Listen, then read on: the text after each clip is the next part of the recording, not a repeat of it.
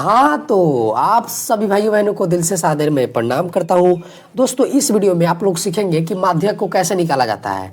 देखिए, माध्यक और माध्यिका दोनों एक ही होता है। बहुत जगह आप प्रश्न में देखिएगा तो लिखा होता है कि निम्नलिखित बंटन का माध्यिका निकालें। तो दोनों को निकालने का तरीका एक ही होता है। देखिए, प्रश्न थोड़ा सा घुमा फिरा के पूछता है, इसीलिए मैं चाहूँगा कि आप पहले प्रश्न को समझ लीजिए। प्रश्न में ऐसे भी देता है कि निम्नलिखित सारणी का, बंटन की जगह सारणी देता है, सारणी का माध्यक निकाले या फिर माध्यक ज्ञात करें। निकालना और ज्ञात करना दोनों एक ही होता है। देखिए, इसको जो है हम लोग बंटन बोलते हैं और इसको सारणी भी बोला जाता है, या इसको जो है हम लोग आंकड़ा बोलते हैं। अगर आंकड़ा भी बोले कि निम्नलिखित आंकड़ों का माध्यक निकाले या फिर माध्यिका निकाले, तो वह सब एक ही होता है। और निम्नलिखित का अर्थ होता है कि जो नीचे लिखा गया है। देखिए, यह जो नीचे लिखा गया है कि नहीं, तो इसी को हम निम्नलिखित बोला है प्रश्न में। तो दोस्तों, इस प्रश्न को बनाने के लिए आपको क्या करना होगा कि ऐसे लेटाकर सारणी दिया होगा, आपको ऐसा एक खड़ा सारणी बना लेना होगा, यानी कि खड़ा बंटन बना लेना होगा। ठीक है, उसके बाद आपको क्या करना होगा, देखिए यहाँ पे लिखा है वर्ग अंतराल, तो आपको इस सारणी के पहले वाले खंड में लिखना होगा वर्ग अंतराल।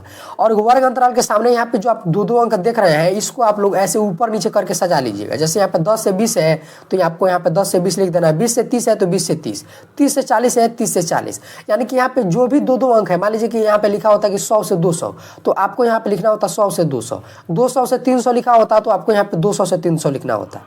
और उसके बाद दोस्तों आप लोग देखिएगा तो यहाँ पे बारंबारता अगर लिखा है तो आपको यहाँ पे बारंबारता लिखना होगा। देखिए, मैं आपको पहले ही बता दूं कि अलग अलग प्रश्न में यहाँ पे बदल कर देता है। यहाँ पे आपको हर एक प्रश्न में वर्ग अंतराल देखने को नहीं मिलेगा, कहीं कहीं पे आपको दूसरे कुछ देखने को मिल जाएगा, यहाँ पर भी दूसरे कुछ देखने को मिल जाएगा। तो आपको भाई कन्फ्यूज नहीं होना है। यहाँ पे जो भी कुछ लिखा होगा उसको आप लोग यहाँ पे लिखिएगा, यहाँ पर भी जो भी कुछ लिखा होगा उसको आप लोग यहाँ पे लिखिएगा। दोस्तों, पड़ोस में एक शादी है, तो हो सकता है कि आपको गाना सुनाई दे, नॉइज आए, तो उसके लिए भाई मुझे माफ कीजिएगा। ठीक है, तो इतना तो दोस्तों आप कर लीजिएगा। देखिए, मैंने इसको बनाया हूँ तो इसमें मैंने दूसरा कुछ नहीं लिखा, केवल ये जो प्रश्न है उसको ही मैंने इसको यहाँ पे उतार दिया है। ठीक है, तो आप अच्छे से देख लीजिए, इसको आप लोग यहाँ पे उतार लीजिएगा, इसको आप लोग यहाँ पे उतार लीजिएगा। अब दोस्तों आपको क्या करना है, देखिए ये जो बारंबारता है, या एक बात आप लोग ध्यान रखिएगा, यहाँ पे कुछ भी लिखा होगा आपको यहाँ पे स्मॉल एफ से इसको दर्शाना जरूरी है। स्मॉल एफ से हमेशा दर्शाइएगा। देखिए, आप क्या करना है कि इन जो बारंबारता है इनको आपस में जोड़ लेना है। तो देखिए, अगर आप इन सभी को जोड़िएगा तो इसका आंसर आएगा 60। तो दोस्तों, यह जो आएगा यहाँ पे लिख दीजिएगा 60, जो भी आए यहाँ पे उसको लिख दीजिएगा। और हम जोड़ते हैं तो इसको बोलते हैं हम एन, यानी कि एन का मान कितना आ गया, 60 आ गया।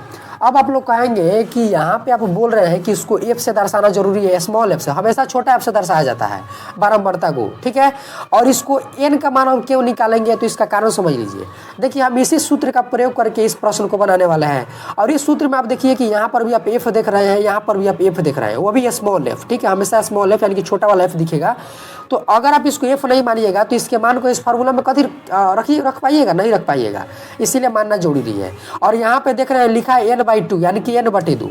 तो देखिए, इसीलिए हम n का मान निकालें ताकि हम फार्मूला में इसको 2 से भाग करके फार्मूला में रख सके। कैसे रखेंगे आगे आपको पता चल जाएगा। तो दोस्तों, इतना तो हम काम कर लीजिएगा। देखिए, बहुत जगह आप देखिएगा तो इसको सिग्मा एफ भी बोला जाता है। ठीक है, इस बारंबारता को अगर आप जोड़िएगा तो सिग्मा एफ बोला जाता है। और जो आप ये तीसरा नंबर ये सब खंड देख रहे हैं, ठीक है, इनको हम बोलते हैं संचयी बारंबारता, और इसको हम CF से दर्शाते हैं। बारंबारता का जो सबसे पहला अंक है उसको आपको ज्यों का त्यों लिखना होगा। अगर यहाँ पे 10 है तो आप 10 को ज्यों का त्यों लिख दीजिए। उसके बाद आपको क्या करना है कि इसका मान निकालने के लिए इसको और इसको जोड़ना होगा। ठीक है, देखिए सामने वालों को इसमें नहीं जोड़ा जाता है, इसको जोड़ा जाता है। तो जब 10 में 12 को जोड़िएगा तो यह हो जाएगा 22, तो आप लोग यहाँ पे 22 को लिख दीजिए। ठीक है, उसके बाद आपको इसको और इसको जोड़ना होगा, तो 22 में 8 को जोड़िएगा तो हो जाएगा 30, तो 30 को लिख दीजिए। उसके बाद इसको और इसको जोड़िए इसका मान निकालने के लिए, तो इसको जोड़िएगा तो हो जाएगा 46, तो 46 को लिख दीजिए।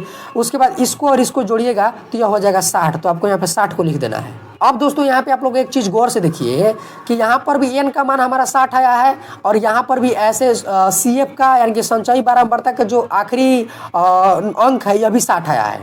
तो दोस्तों, हर एक प्रश्न में आप देखिएगा n का मान और CF का जो आखिरी खंड वाला जो संख्या होगा यह दोनों एक ही होगा। अगर आप लोग क्वेश्चन सॉल्व करते हैं और ये दोनों अलग अलग आ जाता है तो समझ लीजिएगा कि आपका क्वेश्चन गलत है। ठीक है, और दोनों एक जैसा अगर आता है तो समझ लीजिएगा कि अभी तक आप सही सॉल्व किए हैं क्वेश्चन को। अब दोस्तों मैं चाहूंगा कि आपको फॉर्मूला को मैं दिखा दूं अच्छे से और इस फॉर्मूला को मैं याद करा दूं। अब इतना कर लीजिएगा ना तो अब केवल आप फॉर्मूला का ही काम है। अब फॉर्मूला क्या है आप इसको अब ध्यान से देखिए। तो फॉर्मूला है माध्यक बराबर एल प्लस एन बटा 2 माइनस सी एफ पूरा का बटा एफ इंटू एच। देखिए इंटू, इसको इंटू भी बोल सकते हैं, गुना भी बोल सकते हैं, और यह एच है। अब देखिए यहाँ पे बहुत सारे विद्यार्थियों को यह नहीं समझ में आता है कि यहाँ पे एल क्या है, एन क्या है, सी एफ क्या है, एफ क्या है, एच क्या है। तो इसको दोस्तों हम इस प्रश्न में एकदम विस्तार से समझेंगे। और दोस्तों अगर इस फॉर्मूले से आपको चलना होगा तो आपको सबसे पहले देखिए हमने पहले ही एन का मान निकाल लिया है, तो सबसे पहले आपको एन बटा 2 का मान निकालना होगा। ठीक है, सबसे पहले आपको क्या करना होगा, एन बटा 2 का मान निकालना होगा। ठीक है, तो देखिए सबसे पहले आपको एन बटा 2 का मान निकाल लेना है। तो एन बटा 2 का मान कैसे निकलेगा, देखिए आप लोग चाहे तो इसको जो मैंने स्मॉल कैपिटल एन से दर्शाया, आप चाहे तो इसको छोटा वाला एन से भी दर्शा सकते हैं इस तरह। ठीक है, अब देखिए एन बटा 2 का मान निकालने के लिए आपको क्या करना है कि एन का मान कितना दिया है, तो 60 दिया है, तो आपको एन के जगह पर 60 लिख देना है, और यहाँ पे बटा है तो बटा लगा दीजिए, और यहाँ पे 2 है तो 2 लिख दीजिए। अब देखिए कट जाएगा, यानी इसमें बाटा लगा है, बाटा का मतलब भाग होता है, यानी कि कट जाएगा। तो जब 60 में आप 2 से भाग दीजिएगा तो यह आ जाएगा 30, यानी कि दोस्तों आपका एन बटा 2 का मान कितना आ गया है, 30 आ गया है। अब दोस्तों मैं जो बोल रहा हूं उसको आप ध्यान से सुनिए। अब आपको देखना है संचयी बारंबारता में 30 से थोड़ी सी बड़ी संख्या कौन है। ठीक है, तो देखिए यह संचयी बारंबारता है, संचयी बारंबारता को सीएफ से दर्शाया जाता है। ठीक है, तो 30 से थोड़ी सी बड़ी, देखिए 30 नहीं होना चाहिए। देखिए यहाँ पे संचयी बारंबारता में आप 30 देख रहे हैं, तो 30 हमको नहीं लेना है, इससे थोड़ी सी बड़ी संख्या कौन है। तो देखिए 30 के बाद 31 आता है तो इसमें नहीं है, 32 आता है तो 32 भी नहीं है, 32 के बाद 33 आता है तो 33 भी नहीं है, 34 आता है तो 34 भी नहीं है, ऐसे ऐसे कर करके 45 तक आता है। ठीक है, तो यहाँ पे 45 भी आप देख रहे हैं कि 45 भी नहीं है। 45 के बाद यहाँ पे आप देख रहे हैं कि 46 है। ठीक है, देखिए 30 से बड़ी 60 भी है, लेकिन आपको थोड़ी सी बड़ी संख्या लेना है। यहाँ पे आपको जो थोड़ी सी बड़ी संख्या देखने को मिले उसी को आपको ध्यान रखना है। तो यहाँ पे आप देख रहे हैं 46, तो यहाँ पर जो भी आपको अंक मिले उसको आपको इस तरह से कर देना है, या फिर गोला लगा सकते हैं, आपको जो अच्छा लगे वो। क्यों करना है अभी आपको समझ में आ जाएगा। अब जो इसको आप अंडरलाइन किए तो इसके सामने वाला जितना भी यहाँ पे खंड में संख्या देख रहे हैं इसको भी आप लोग ऐसे अंडरलाइन कर लीजिए। देखिए दोस्तों अगर मान लीजिए कि एन बटा 2 का मान 40 आता है तो आपको क्या करना रहता है कि 40 से थोड़ी सी बड़ी संख्या लेना होता है। तो आप किस में देखते हैं, संचयी बारंबारता में। तो 40 के बाद 41 आता है तो 41 इसमें है तो उसको भी ले सकते हैं। 42 आता है तो देखते कि 42 है कि नहीं, तो 42 भी ले सकते हैं। मान लीजिए कि इसमें 42 नहीं दिया है, 43 दिया है तो 43 को भी ले सकते हैं। तो थोड़ी सी बड़ी संख्या लेना है। उम्मीद है कि आप लोग समझ रहे होंगे। अब आप लोग दोस्तों यहाँ पे आप लोग ध्यान से देखिए। देखिए वर्ग अंतराल में यहाँ पे जो 2 संख्याओं को आप अंडरलाइन किए हैं इनको हम कहेंगे माध्यक वर्ग। ठीक है, इसको हम क्या कहेंगे, माध्यक वर्ग। तो यहाँ पे आपको लिखना होगा माध्यक वर्ग बराबर, अब माध्यक वर्ग कौन कौन है, तो देखिए 40 से 50 है, तो आपको यहाँ पे लिखना होगा 40 से 50। देखिए इसको जो है हम लोग से बोलते हैं। अब आप लोग दोस्तों फार्मूला में देखिए, इस फार्मूला में देखिए आप लोग ध्यान से, यहाँ पे सबसे पहले एल है, तो अब आपको क्या करना होगा कि एल का मान इसी से मालूम पड़ जाएगा। तो एल का मान कौन होता है, तो देखिए माध्यक वर्ग में जो सबसे न्यूनतम सीमा होती है वही एल कहलाती है। देखिए एक होता है न्यूनतम सीमा और एक होता है उच्चतम सीमा। माध्यक वर्ग में जो संख्या छोटी होती है उस हम न्यूनतम सीमा कहते हैं। जैसे कि यहाँ पे 40 है और यहाँ पे 50 है, तो दोनों में कौन छोटी है, तो 40 है, तो इसको हम कहेंगे न्यूनतम सीमा। और एल को क्या कहते हैं, न्यूनतम सीमा। यानी कि आपका एल का मान कितना आ गया, 40 आ गया। तो दोस्तों एल का मान भी आप लोग अच्छे से निकाल लीजिएगा। ठीक है, अब देखिए यहाँ पे आप लोग बारंबारता में यहाँ पे जिस संख्या को अंडरलाइन किए हैं इसको हम बोलते हैं एफ, यानी कि स्मॉल एफ। देखिए एफ इसको क्यों बोलते हैं, चूंकि बारंबारता को हम अंग्रेजी में फ्रीक्वेंसी बोलते हैं, और फ्रीक्वेंसी का सबसे पहला लेटर स्मॉल एफ होता है, यानी कि छोटा एफ, इसीलिए इसको एफ से दर्शा दिया जाता है। तो यानी कि दोस्तों आपका एफ का मान कितना आ गया, 16 आ गया। अब आपको क्या करना होगा दोस्तों कि आपको सी एफ का मान निकालना होगा। देखिए आप लोगों के मन में एक सवाल उठ सकता है कि हम आखिर इन सभी का मान को क्यों निकाल रहे हैं। तो देखिए इन सभी के मानों को निकालिएगा तभी तो आप इस फॉर्मूले में रख पाइएगा, तो क्वेश्चन सॉल्व हो पाएगा। देखिए हमने एल का भी मान निकाल लिया है, यहाँ पे एफ का भी मान निकाल लिया है, एन बटा 2 को भी हम लोग मान निकाल लिए हैं। अब आपको सी एफ का मान निकालना है और एच का मान निकालना है। तो सबसे पहले आप चाहें तो सी एफ निकाल सकते हैं या फिर चाहें तो एच निकाल सकते हैं। तो सी एफ कैसे निकालते हैं, तो देखिए संचयी बारंबारता से ही हमको सी एफ निकलता है। देखिए जिस संख्या को आप अंडरलाइन किए हुए रहते हैं इसके ऊपर वाला संख्या ही सी एफ कहलाता है। तो देखिए इसके ऊपर वाला संख्या कौन है, 30 है, तो यानी कि आपका सी एफ कितना आ गया भाई, 30 आ गया। देखिए एक बात हमेशा याद रखिएगा कि यहाँ पे इस सभी प्रश्न को बनाइएगा तो जहाँ भी आपको एफ दिखने को मिले उसको आप लोग स्मॉल एफ से यानी कि छोटा एफ से दर्शाना होगा। और छोटा एफ हम ऐसे लिखते हैं तो आप लोग को ऐसा ही दर्शाना है। बड़ा एफ से दर्शाइएगा तो प्रश्न गलत हो जाएगा। अब आपको क्या करना होगा, एच का मान निकालना होगा। तो एच का मान कौन होता है, तो देखिए माध्यक वर्ग में जो यहाँ पे आप दो संख्या देख रहे हैं इनके बीच के अंतर को हम एच कहते हैं। तो देखिए 40 और 50 के बीच कितना का अंतर है, 10 का अंतर है। अगर आप 40 में 10 को जोड़ दीजिएगा तो कितना हो जाएगा, 50 हो जाएगा, यानी कि 10 का अंतर है। तो माध्यक वर्ग में जो दो संख्याएं रहती है इनके बीच के अंतर को हम एच कहते हैं। तो यहाँ पे अगर 10 है यानी कि अंतर 10 है तो एच का मान आपका कितना हो जाएगा, 10 हो जाएगा। और एक बात आप लोग और याद रखिएगा कि इस एच को आप कैपिटल एच नहीं लिखिएगा, हमेशा यहाँ पे स्मॉल एच लिखिएगा।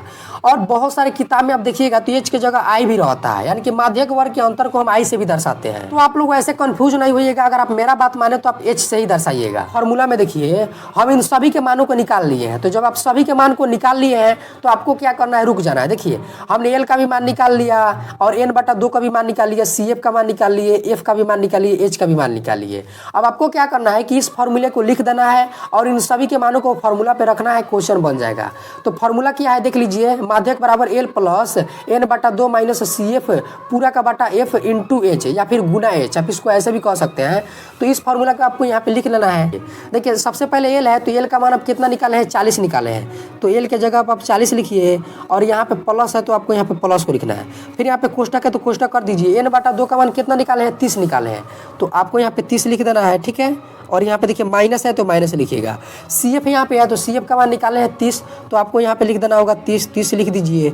और बाटा है तो बाटा लगा दीजिए और यहाँ पे एफ, बाटा के नीचे एफ है, एफ किसको निकाले हैं, 16 को निकाले हैं तो आपको यहाँ पे लिख देना होगा 16, ठीक है। और यहाँ पे फिर से इसको घेर दीजिए और यहाँ पे गुना है तो गुना का चिन्ह दीजिए। अब आप लोग एच किसको निकाले हैं तो ध्यान से दीजिए, देखिए एच आप निकाले हैं 10 तो आप एच के जगह आप ऐसे 10 को लिख दीजिए। अब आपको इसको सॉल्व करना है। देखिए इसमें भी बहुत सारे विद्यार्थी जो है इसको सॉल्व नहीं कर पाते हैं। तो इसको सॉल्व कैसे करेंगे तो ध्यान से देखिए, सबसे पहले जो कोष्टक रहता है हम कोष्टक को हटाते हैं। तो देखिए कोष्टक के अंदर 30 माइनस 30 है तो यहाँ पे माइनस लगा है तो सबसे पहले हम इसको घटाएंगे, ठीक है। तो सबसे पहले आपको कोष्टक को हटाना रहता है इस ऐसे प्रश्नों में। तो यहाँ पे 40 है तो 40 लिखिए, ज्यों का त्यों उतार दीजिए, प्लस है तो प्लस। 30 में से जब आप 30 को घटाइएगा तो यह हो जाएगा 0 और बाटा के नीचे यहाँ पे 16 है तो 16 को लिख दीजिए। अब आपको क्या करना है कि इस कोष्टक को हटा लेना है। जब आप घटा लीजिएगा तो इस कोष्टक को हटा लीजिएगा और यहाँ पे गुना है तो गुना के लिख दीजिए, 10 है तो 10 को लिखिए। अब इसमें आप क्या कीजिएगा कि यहाँ पे बाटा देख रहे हैं तो आपको भाग करना है। तो यानी कि देखिए 0 में आपको 16 से भाग करना है। देखिए यहाँ पर भी बहुत सारे विद्यार्थी भाग अच्छे से नहीं जानते हैं तो उसको मैं बता देता हूँ।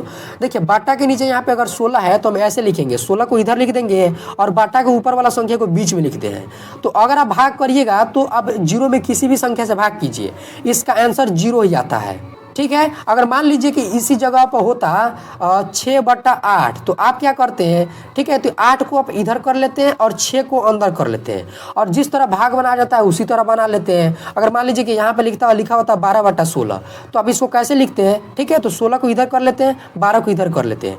अगर मान लीजिए कि यहाँ पर 112/16 लिखा होता है तो यहाँ पे 112 लिख देते हैं और ऐसे बना लेते हैं। जिस तरह भागा बनाया जाता है उसी तरह बना लेते हैं और यहाँ पर जो आंसर है उसको यहाँ पे लिखते हैं। तो देखिए इसमें अगर भाग दीजिएगा तो इसका आंसर आएगा 0।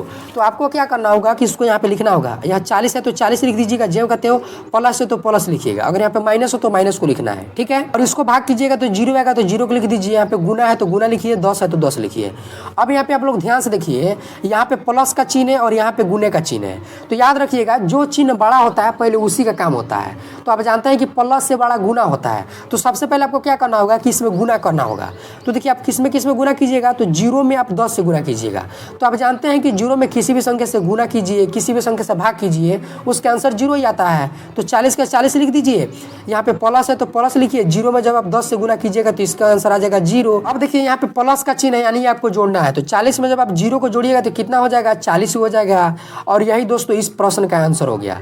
तो उम्मीद है दोस्तों कि आपको कैसे बनाना है आप लोग अच्छे से समझ गए होंगे, ठीक। तो दोस्तों आज के लिए इतना ही, फिर मिलते हैं अगले किसी खास वीडियो में। तब तक के लिए जय हिंद, वंदे मातरम, हंसते रहिए, मुस्कुराते रहिए।